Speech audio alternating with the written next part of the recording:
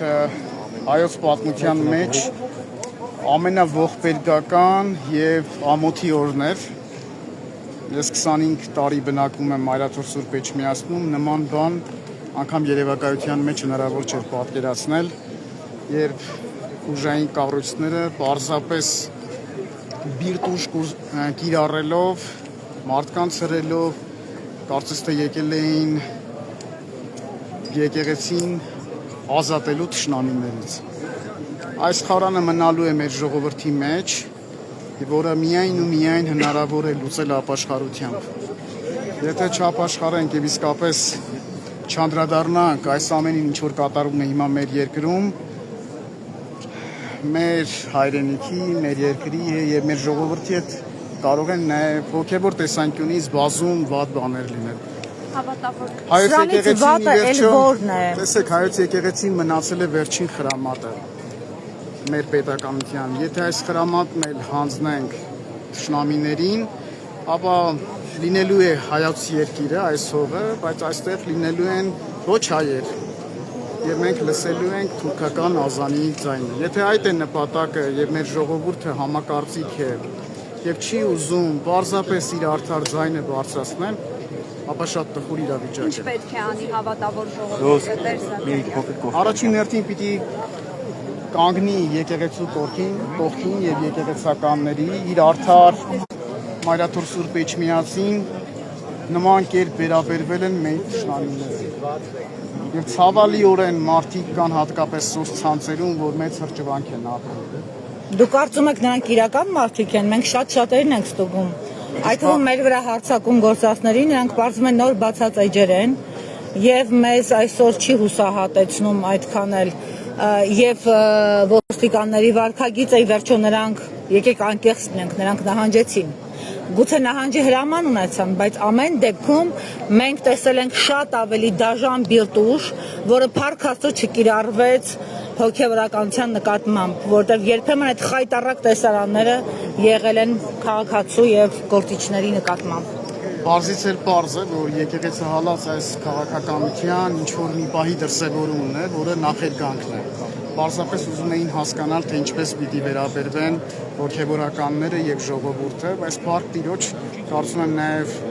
մեր ժողովուրդը համոզվեց, որ մենք ունենք ամուր, նախանձախնդիր, արժեքներին հավատարիմ եւ ինքնության պահապան հոգեվորականներ, որոնք կանգնեցին եւ թույլ չտվեցին, որ Մայրաթոր Սուրբ Էջմիածնից որևէ հոգեվորականի ձերբակալեն կամ տանեն։ Իսկ ինչ վերաբերում է կեղծ պրոֆիլներին, այո, դրանք շատ են, բայց նաեւ դժբախտաբար կան իրական մարդիկ, որոնց մտածողությունը անհասկանալի է։ Այսօր ես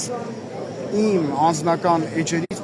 մեծ սկանդալ է, որովհետև եկեղեցին ի վերջո ոչ միայն նրա իշխանությունը տարածվում է Հայաստանի վրա, այլ նաև Սփյուռքում։ Դուք ուրիշ որտեղ եք տեսել, որ իշխանությունը հարձակվի իր հոգևոր իշխանության վրա։ Որտեղ եք տեսել այս խայտառակությունը որևէ երկրում։ Կարծում եմ ոչ միտեղ չկա։ Սա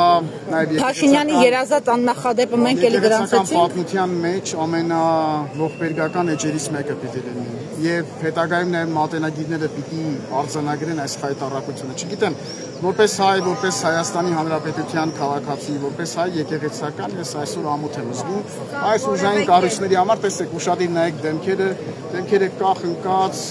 անհասկանալի հայացքով, այո, բայց տխուր է այս ամենը։ Սկզբում փորձեցին գործել, բայց հետո երևի խիղճը հաղթեց կամ բարոյականությունը։ Այսօր ինձ մի ոստիկան մոտեցավ, դեմքը ծածկած եւ ասաց, որ ինքը ինչ ճանաչում էր փաստորեն, ասաց, որ ներողություն եմ խնդրում, ես ամաչում եմ, բայց մենք այլ ելք չունենք։ Սա եկեղեցու հեղինակության վրա Տեր Զաքարյան որևէ կերպ անդրադառնալու է թեկուզ միջազգային հարթակներում։ Կարծում եմ եկեղեցու հեղինակությունը այնքան բարձր է, որ հակառակը սա հակառակ ազդեցություն է ունենալու եւ մարդիկ համախմբվելու են եկեղեցու շուրջ, բայց մենք ազգովի խայտառակ ենք եղել ամբողջ աշխարհում։ Եթե դուք նայեք միջազգային լրատվամիջոցների խորագրերը, չգիտեմ, դրանք ուղղակի ամոթ են։ Եվ դու նայում ես, որ երկրի ղեկավարությունը, որոնք ամեն վարքյանը պիտի օգտագործեին մեր պետականությունը զորացնելու, մեր անվտանգային խնդիրները լուծելու 15 րոպեն մեկ ստատուսներ են գրում, բայց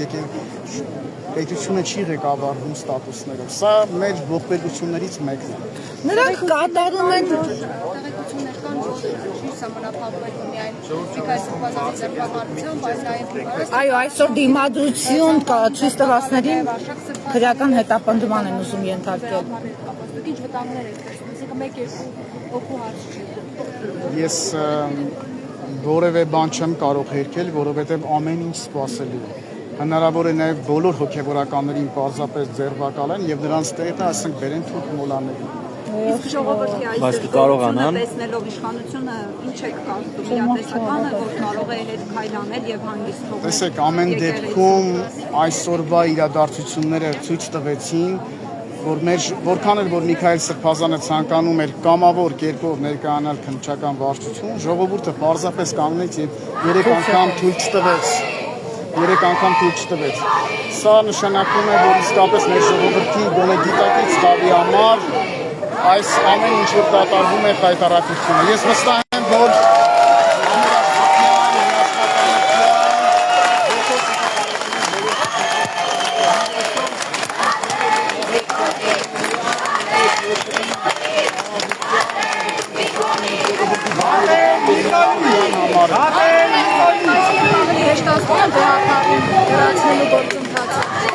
Ուրեմն վեհապարին հեռացնելու ընդամենը մեկ տարբերակ կա։ Վեհապարին ընտրում է ազգային եկեղեցական ժողովը, որը նաև իրավասու է նրան հեռացնելու։ Իսկ այդ ժողովը չի հրավիրել, որովհետև այդ ինքը պիտի որոշի իրականացնելը։ Ոչ։ Շնորհակալություն։ Խնդրեմ, լավ եղեք Դատարկեն եկեղեցիները լցնեն մոլաներով, խայտառակություն։ Իմ անուն ազգանունը պիտի ասեմ, թե ինչ։ Մենք գիտենք։ Լավ եք ճանաչում։ Հայր Զաքարյա։ Այս ինչ եք ասում։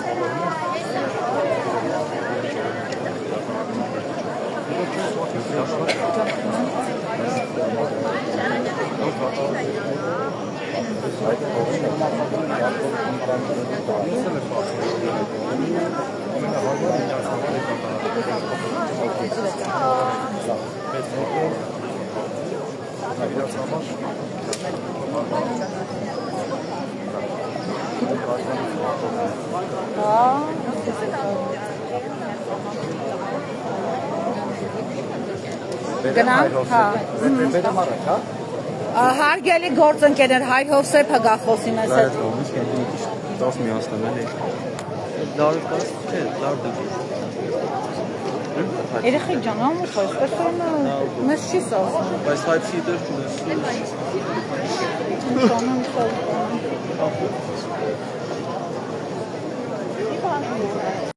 Մի խնդրանք, հարգելիներս, մենք որ ինտերվյուի մեջ ենք մի արեք ոչ մի բան, սպասեք ավարտենք նոր, որովհետև Սրբազան հայրերը խոսում են։ Որդում են Սյուզի թույլ տուր, եթե որդում են, եթե ասելի Բայց մարդը կարևոր ասել։ որդում ունեն, բողոք ունեն, ընձազում ունեն, նորմալ է։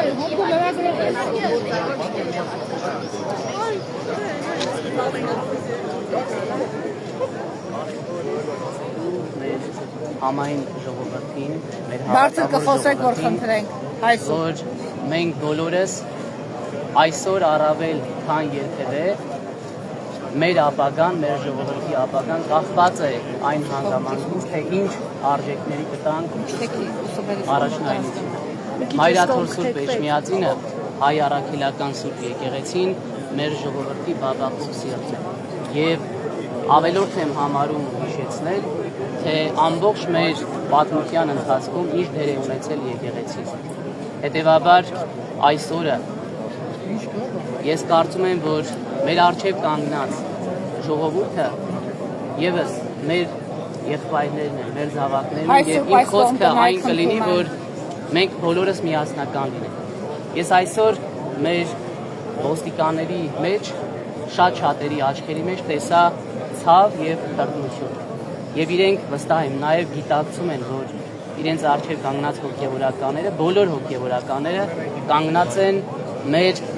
եկեղեցու եւ մեր հայրենիքի համար։ Բայց ինչ ունեք նրանց ասել։ Հայսուկ նայ Ես զուգոտին դիմելու կարիք կա թե ես ոչ։ խորհուրդ եմ տալիս մտածելու եւս մեկ անգամ, որ եկեղեցին միշտ մեր հայրենիքի կողքին է կանգնած եղել եւ հալածելու փոխարեն, հարվածելու փոխարեն պետք է նաեւ եկեղեցու ձայնը լսել, որովհետեւ եկեղեցին միշտ խոսում է Աստծո ձայնով։ Եվ եկեղեցու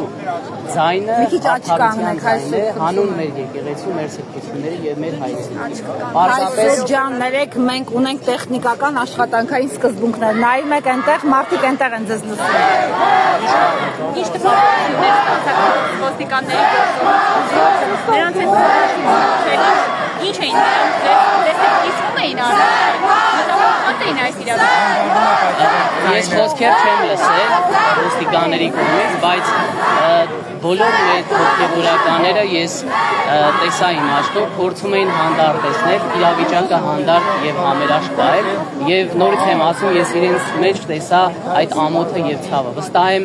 իրենցից շատերի մեջ խոսում էր հավատքը, խոսում էր այն ճշմարտությունը, որ իրենք եկել են իրենց տուն, որտեղ եկեղեցին բոլորիս տունն է, նաև Աստծո տունը բնականաբար, բայց նաև բոլոր հայերի տունն է, որ իրենք եկել են իրենց տուն ինչ որ գործողություն կատարելու, որը իրենց ամոթով է թողնում։ Եվ պարզապես մենք հոգեվորականներս փորձում ենք համերաշխություն պահել, հանդարտություն պահել, որպեսզի այդ լարված իրավիճակում երկու կողմում կանգնած հայերը չտուժեն, այո, որպեսզի բախումներ չլինեն, որովհետև երկու կողմում էլ հայեր են կանգնած։ Բայց կարծես թե իրավապահները հասկացան դա եւ գնահատեցին։ Գիտեք, երբ մենք նրանց մոտենում ենք եւ հարցնում ենք, ոստիկաններ են ճանաչում, ովքեր շատ խորը հավատք ունեն եւ վստահ եմ իրենց սրտում կա մի ճշմարտություն, որ եկեղեցին բոլորի սրբությունն է եւ պետք է մշտապես կանգնել եկեղեցին։ կարծում եք եկեղեցին պետք է այս ստրատեգիան շարունակի պահել, անընդհատ զուսպ, զգուշավոր լինելով, թե եկեղեցին կարող է նաեւ այդ միասնականության կոչով համախմբել հայությանը եւ ասել, որ պետք է ինքը իր ինքնությունը պահի, որտեղ սրանք որպես կանոն ուղերձներ են, բայց կարծես թե չեն վերածվում սատանայի գործիքները շատ սուր են։ Իրենց Աստծոց ավելի զորավոր չեն։ Եվ եկեղեցին միշտ փորձում է եւ փորձել է եւ փորձելու է Աստծո խոսքի համաձայն միասնական պահել մեր ժողովրդին, մեր սրբությունների շուրջ, որովհետեւ պատմությունը իսկ արդեն ցույց է տվել, որ երբ որ ժողովուրդը միավորվում է հավատքի շուրջ, իր սրբությունների շուրջ, կարողանում են հաղթահարել ամենածանր փորձությունները։ Մեկ անգամ չի եղել մեր պատմության մեջ